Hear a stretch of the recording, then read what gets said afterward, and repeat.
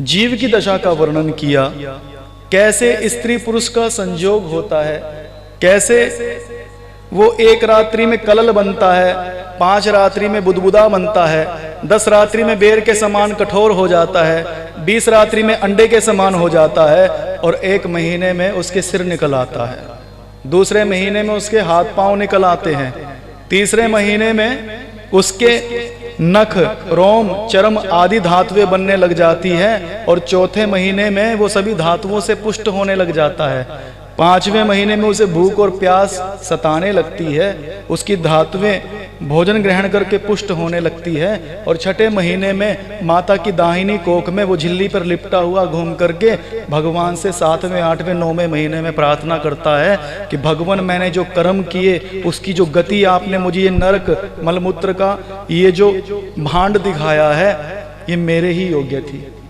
मैंने आपको वचन दिया था मैं भजन करूंगा, पर मैं संसार में आकर अपने स्वरूप को भूल गया, इसलिए मुझे ये नरक भोगना पड़ रहा है। पर भगवान आप तो कृपालु हैं, दयालु हैं, मैं तो बार बार गलती करता हूँ, आप बार बार सुधारते हैं, इस बार मुझे और मौका दीजिए, आप मुझ पर कृपा कीजिए और मुझे पुनः इस सृष्टि में आने का मौका दीजिए। इस बार मैं अवश्य ही आपको प्रसन्न कर लूँगा, अवश्य ही अपना कल्याण कर लूँगा।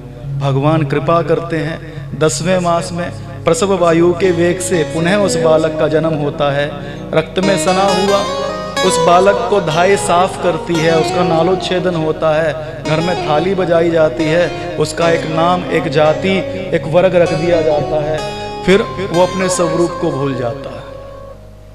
एक दृष्टांत से इस बात को समझेंगे। एक व्यक्ति के हृदय में प्रश्न उठा, और मुझे क्या चाहिए?